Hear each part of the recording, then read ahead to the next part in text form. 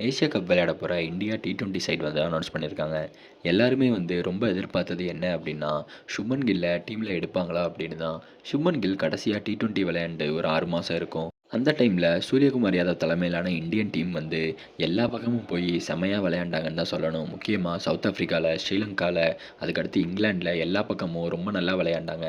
ஆனால் இப்போது ஏசியா கப்பில் ஸ்குவாட் அனௌன்ஸ் பண்ணும்போது சுப்மன் கில்ல வைஸ் கேப்டனாக அனௌன்ஸ் பண்ணியிருக்காங்க.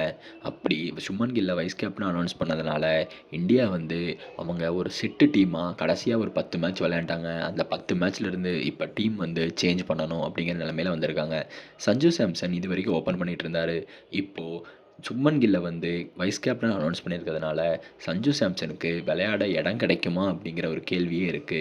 சஞ்சு சாம்சனுக்கு வந்த சான்ஸ்ல அவர் 3 செஞ்சுரி அடிச்சிருந்தாரு. ரொம்ப நல்லா பெர்ஃபார்ம் பண்ணாருன்னே சொல்லலாம். ஆனா, இப்ப சுப்மன் கில் வந்ததுனால வைஸ் கேப்டனாவும் அனௌன்ஸ் பண்ணியிருக்கிறதுனால, கண்டிப்பா அவர் தான் விளையாட போறாரு அப்படிங்கிறதுல வந்து சந்தேகமே வேணாம். இந்த டீம் பொறுத்தவரைக்கும் பெரிய சேஞ்ச் எல்லாம் ஒண்ணும் இல்ல. கடைசியா ஆடின ஸ்குவாட்ல இருந்து ஒரு சில பிளேயர்ஸ் வந்து திரும்பி வந்திருக்காங்க. For example Jasprit Bumrah T20 விளையாடாம இருந்தவர் இப்ப திரும்பி வந்திருக்காரு. ரிங்கு சிங்க எடுப்பாங்களா, மாட்டாங்களா அப்படிங்கிற ஒரு கேள்வி இருந்த நிலையில, அவர கண்டிப்பா எடுப்போம் அப்படின்னு எடுத்திருக்காங்க. நிதிஷ்குமார் ரெட்டிக்கு வந்து இன்ஜுரி அப்படிங்கிறதுனால அவர எடுக்காம சிவம் துபேவையே வந்து கன்டின்யூ பண்ணியிருக்காங்க. ஒரு பெரிய சேஞ்சா என்ன பார்க்குறாங்க அப்படின்னா, ஜிதேஷ் சர்மாவ எடுத்திருக்காங்க. ஜிதேஷ் சர்மா ஐபிஎல்ல ரொம்ப நல்லா பெர்ஃபார்ம் பண்ணதுனால, அவர வந்து இப்போ எடுத்திருக்காங்க. அக்ஷார் பட்டேலும் மறுபடியும் திரும்பி வந்திருக்காரு.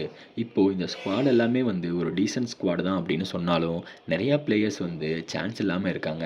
ஐபிஎல்ல ரொம்ப நல்லா பண்ண ஸ்ரேயாஸ் ஐயரையும், எஸ்எஸ்வி ஜெய்ஸ்வாலையும் ஸ்குவாட்ல எடுக்கல. இந்தியாவுக்கு ஆல்மோஸ்ட் எல்லா மேட்சுமே எல்லா டோர்னமெண்ட்டும் விளையாடிட்டு இருந்த வாஷிங்டன் சுந்தர T20 ஸ்குவாட்ல இருந்து செலக்ட் பண்ணாம விட்டுருக்காங்க. இவர வந்து பேக்கப்பா அனௌன்ஸ் பண்ணியிருக்காங்க. அக்ஷர் பட்டேல் இருக்கிறதுனால வாஷிங்டன் சுந்தருக்கு 11ல இடம் கிடைக்கல அப்படின்னு தான் எதிர்பார்க்கப்படுது. இப்போ திலக் வர்மா கேள்விக்கு வரலாம். இப்போ திலக் வர்மாவ அவங்க விளையாடுவாங்களா, மாட்டாங்களா அப்படின்னு ஒரு கேள்வி இருக்கு. திலக் வர்மா இந்தியாவுக்கு சவுத் ஆஃப்ரிக்காவில் ரொம்ப நல்லா விளையாண்டாருன்னே சொல்லலாம். அப்படி இருக்கும்போது, இப்போ சுப்மன் கில் வந்ததுனால, சுப்மன் கில் ஓப்பனிங் ஆடுவாரா? இல்ல சஞ்சு சாம்சனே ஓப்பனிங் ஆடட்டும்னு சொல்லி நம்பர் 3 ஆடுவாரா? அப்படிங்கிற கேள்வி இருக்கு. ஒருவேளை கில் வந்து நம்பர் 3 சஞ்சு ஆடட்டும், நம்ம சஞ்சுவ வச்சே கன்டின்யூ பண்ணலாம் அப்படின்னு நினைக்கிறப்ப, திலக் வர்மாக்கு கண்டிப்பா பிளேஸ்ல இடம் கிடைக்காது.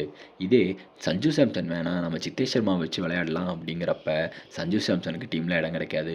ரொம்ப நல்லா பெர்ஃபார்ம் பண்ணாரு சஞ்சு சாம்சன். இவ்வளோ நல்லா பெர்ஃபார்ம் பண்ணி ஒரு ஸ்டேஜ்ல ஓகே இதுக்கப்புறம் சஞ்சு சாம்சன் தான் அப்படின்னு எல்லாரும் எதிர்பார்த்தப்ப, மறுபடியும் சுப்மன் கில்ல எடுத்து டீமை குழப்பி விட்டாங்கன்னு தான் சொல்லணும். இப்போ சஞ்சு சாம்சன் வந்து விளையாடுவாரா இல்லையா அப்படிங்கிற கேள்வியே வந்து ஒரு பெரிய கேள்வியா இருக்கு. கில்ல வந்து எடுக்காம விட்டுருக்கலாம். இப்ப ஏன் கில்ல எடுக்குறாங்க? அதுவும் ஏன் வைஸ் கேப்டனா போடுறாங்க? அப்படிங்கிறது தான் பெரிய கேள்வியா இருக்கு. கில்ல டீம்ல எடுத்திருந்தா கூட ஓகே இவங்க சஞ்சு சாம்சன வச்சு தான் விளையாடுவாங்க அப்படின்னு சொல்லியிருக்கலாம். ஆனா கில்ல வந்து வைஸ் கேப்டனா போட்டதுனால, கண்டிப்பா அவரு விளையாட தான் போறாரு அப்படிங்கிறது வந்து உறுதியாயிடுச்சு. ஏன்னா அகர்கரே வந்து பிரஸ் மீட்ல அபிஷேக் சர்மா கூட ஓப்பனிங் ஆட போறது சஞ்சுவா இல்ல கில்லா அப்படிங்கிறது வந்து அங்க போய் கோச்சும் கேப்டனும் டிசைட் பண்ணுவாங்க அப்படின்னு சொல்லிட்டாரு. இதனால சஞ்சுக்கு இடம் கிடைக்குமா அப்படிங்கிறது வந்து சந்தேகம் தான்.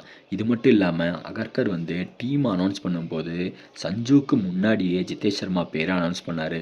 இதிலிருந்தே ஒரு ஹிண்ட் வந்து நமக்கு தெரியுது. சஞ்சு விளையாட மாட்டாரு. ஜிதேஷ் சர்மா தான் விளையாடுவாரு அப்படின்னு. மத்தபடி இந்த டோர்னமெண்ட்ல ஒரு நல்ல டீம் தான் எடுத்திருக்காங்க.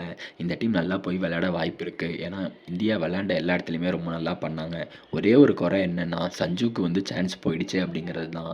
ஸ்லோவா விளையாடுற சுப்மன் கில்ல வந்து ஓப்பனிங் இறக்க விட போறாங்களே அப்படிங்கிறது மட்டும் தான். மத்தபடி இந்தியா வந்து இந்த ஏசியன் கப்பை ஈஸியா ஜெயிக்கும் அப்படின்னு தான் வந்து எதிர்பார்க்கலாம் எல்லாருமே.